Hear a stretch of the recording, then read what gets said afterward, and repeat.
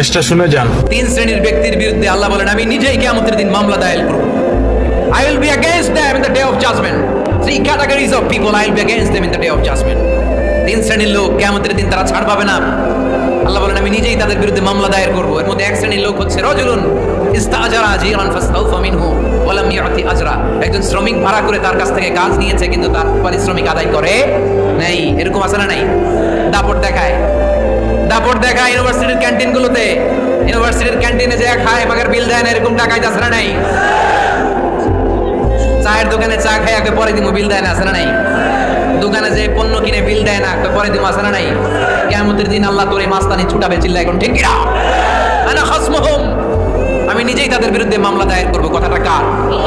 এজন্য বিশ্বনবী বললেন খবরদার, মেহনতি মানুষ, খেটে খাওয়া মানুষ, এদের দোয়া কবুল হয়ে যায়।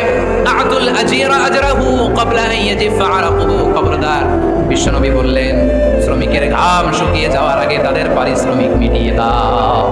বিশ্বনবীর বিখ্যাত হাদিস, আতুল আজিরা আজরাহু ক্বাবলা আন ইয়াজিফা আরাকুহু। শ্রমিকের ঘাম মাটিতে লাগার আগে, শুকিয়ে যাওয়ার আগে তাদের পারিশ্রমিক মিটিয়ে দাও।